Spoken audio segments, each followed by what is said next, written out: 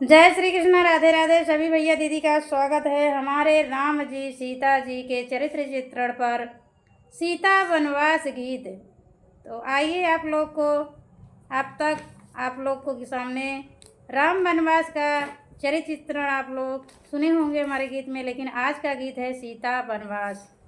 तो सीता का वनवास क्यों हुआ, आप लोग फुल आवाज करके गीत सुनिएगा तभी अच्छा लगेगा, तभी समझ पाए। बहुत ही धार्मिक मनमोहक भजन है। सीता माँ का चरित्र चित्रण इसमें है।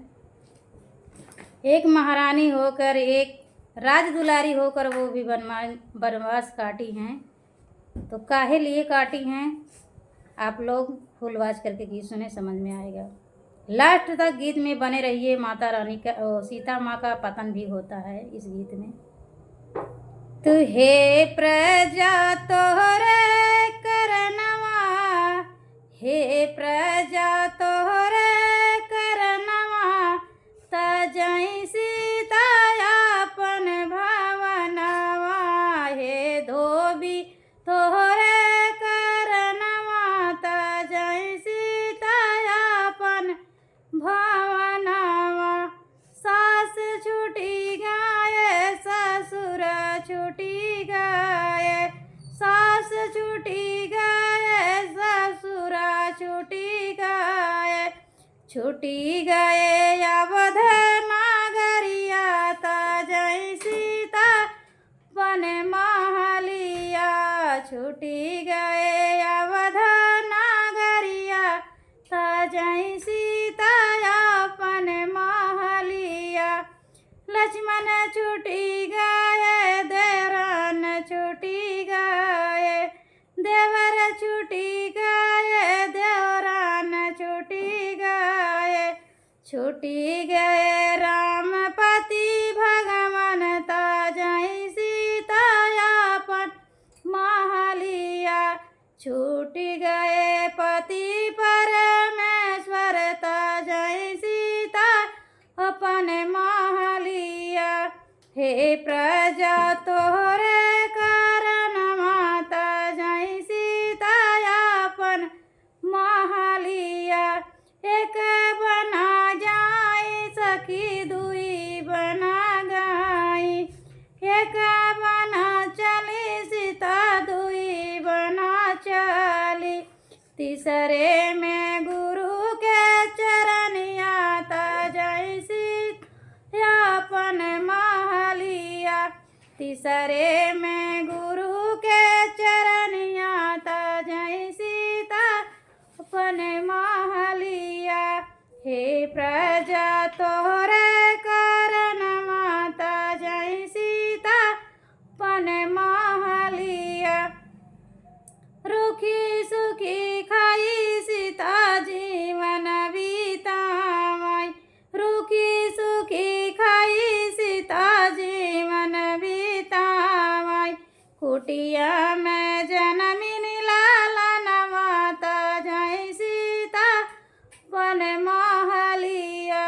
कुटिया में जनमई लालनवा, तजई सीता अपन महलिया।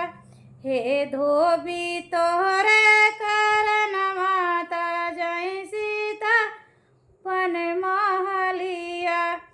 छोटे छोटे बालक करई हो परिश्रम, गुरु जी के चरण में रही रात दिन हो।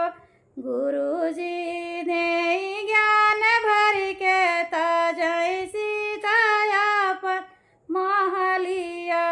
लो कुश ज्ञान जपामई, तजई सीता अपन महलिया।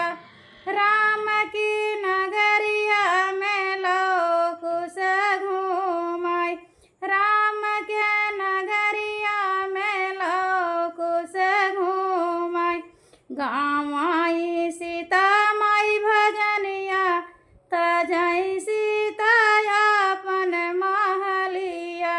गावाई राम जी भजनिया, तजई सीता अपन महलिया। राजा प्रजा सब आए दरबार हो,